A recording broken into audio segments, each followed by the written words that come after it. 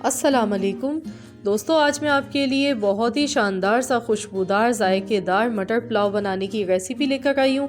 इस पुलाव के आगे आप बिरयानी को भूल जाएंगे। बहुत टेस्टी और बहुत ही जायकेदार ये बनता है। आपने इसकी रेसिपी को पूरा फुल वॉच करना है। तो चलिए रेसिपी हम देख लेते हैं। 1 कप मैंने मटर ली है और 2 मीडियम साइज़ के आलू लिए हैं। इनको मैंने इस तरीके से काट लिया है। 3 मीडियम साइज़ के टमाटर लिए हैं, इनको भी हमने काट लिया है। 1 मीडियम साइज़ की प्याज ली है और स्पाइसेस में हमने यहाँ पर नमक लिया है हस्ब जायका, पिसा हुआ ज़ीरा 1 चाय का चम्मच, धनिया पाउडर 2 चाय के चम्मच, कुटी हुई लाल मिर्च 2 चाय के चम्मच और 1 अदद हमने यहाँ पर लीमू लिया है। हरी मिर्चें ली हैं 10 अदद, लहसुन बारीक चॉप किया हुआ 3 खाने के चम्मच, बासमती राइस हमने ये लिए हैं, आधा किलो हैं ये, और मैंने इनको आधे घंटे के लिए पानी में भीगने के लिए रख दिया है इनको वॉश करके। तो चलिए अब हम पुलाव बनाना शुरू करते हैं। तो सबसे पहले मैंने यहाँ पर 1 प्याली कुकिंग ऑयल लिया है और उसमें सबसे पहले हम प्याज डालेंगे और प्याज के साथ ही हम यहाँ पर साबुत गरम मसाला डालेंगे। तो साबुत गरम मसाले में मैंने यहाँ पर 2 दालचीनी की स्टिक ली हैं, 2 बड़ी इलायची ली हैं, 3 तेज़पात लिए हैं, 3 बादियान के फूल लिए हैं, लौंग लिए हैं थोड़ी सी, ज़ीरा लिया है आधा चाय का चम्मच और काली मिर्च ली है 6 से 7 अदद। तो ये तमाम मसाले डाल के हमने प्याज को हल्का सा फ्राई कर लेना है। और अब मैं इसमें बारीक चॉप किया हुआ लहसुन डाल गई हूँ। तो ये बारीक चॉप किया हुआ लहसुन डालने से क्या होगा कि जो इसका जो अरोमा होता है ना, वो पुलाव में बहुत ज़बरदस्त लगता है और पुलाव जो होगा ना वो बहुत ज़्यादा टेस्टी बनेगा इसकी वजह से। तो हमने इसको हल्का सा फ्राई कर लेना है। तो देखिए इसका गोल्डन कलर, हल्का सा लाइट सा गोल्डन कलर आना शुरू हो गया, बस इतना ही इसको फ्राई करना है। तो अब हमने क्या करना है कि इसमें आलू शामिल कर देने हैं और 2 मिनट तक इसको फ्राई करना है। लगातार ऐसे ही चम्मच चलाते हुए 2 मिनट तक आलू को फ्राई कर लेंगे अच्छा सा। 2 मिनट हो गए हैं आलू को फ्राई करते हुए और अब हम इसमें टमाटर शामिल कर देंगे। और टमाटर मैंने यहाँ पर 3 अदद लिए हैं। टमाटर इसमें अगर ज़्यादा हो जाए तो कोई मसला नहीं है, टमाटर कम मत डालिएगा क्योंकि ज़्यादा टमाटर डालने से इसका टेस्ट होता है वो बहुत ज़्यादा बढ़ जाता है। और अब मैंने मटर के दाने डाल दिए हैं और स्पाइसेस डाल दिए हैं। तो अब मैं इसे मिक्स कर लूँगी। मैं इसमें पानी शामिल नहीं कर रही हूँ क्योंकि टमाटर का अपना पानी होता है, तो उसी में ही ये मसाला हमारा अच्छी तरह से कुक हो जाएगा। तो हमने इसको मिक्स कर लेना है।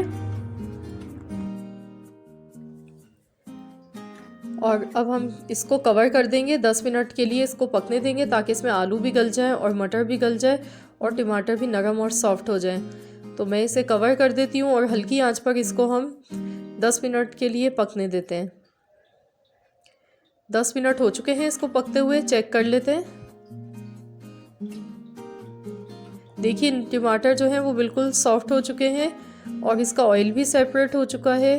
तो देखिए यहाँ पर मसाला जो है ना हमारा वो अच्छी तरह से भून चुका है। और अब हम इसमें पानी शामिल कर देंगे, इतना पानी डालेंगे कि चावल इसमें गल जाएं। तो मैं यहाँ पर 3 गिलास पानी शामिल कर रही हूँ। और इस टाइम आप चाहें तो आप इसमें नमक टेस्ट कर लें, अगर आपको कम लगे तो आप इसमें और नमक डाल लें। पानी में देखिए बॉयल आ चुका है। अब हम इसमें चावल ऐड कर देंगे और अब इसको मिक्स कर लेंगे।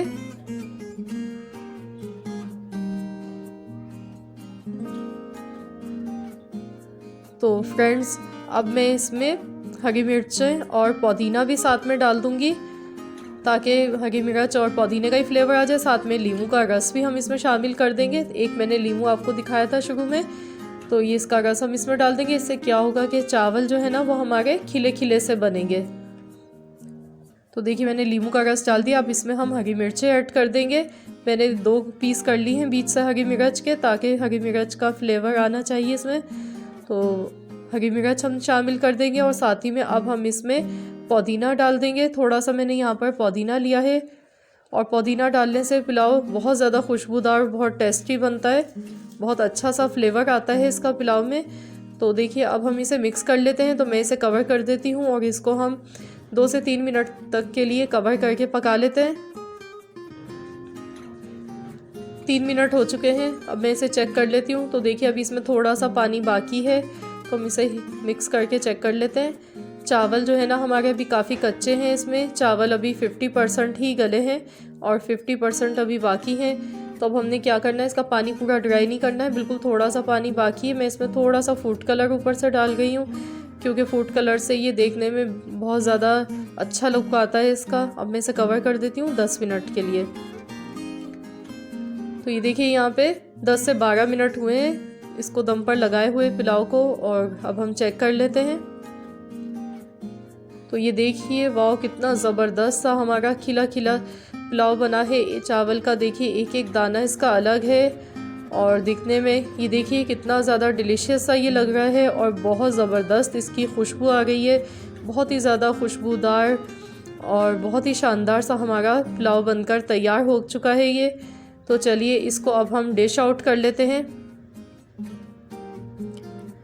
ये देखिए फ्रेंड्स, कितना यमी सा हमारा पुलाव बना है, और इसकी खुशबू बहुत ज़बरदस्त आ गई है, इस वक्त पूरे घर में महक रही है। बहुत ही ज़्यादा ये खुशबूदार बना है और टेस्ट में बेहद लजीज बना है। तो आपने ज़रूर इस रेसिपी को ट्राई करना है और अपना फीडबैक हमें देना है। वीडियो अच्छी लगी है तो वीडियो को लाइक कर दीजिए। मिलते हैं इंशाल्लाह ताला बहुत जल्द एक और नई रेसिपी के साथ। तो जब तक के लिए अल्लाह हाफ़िज़।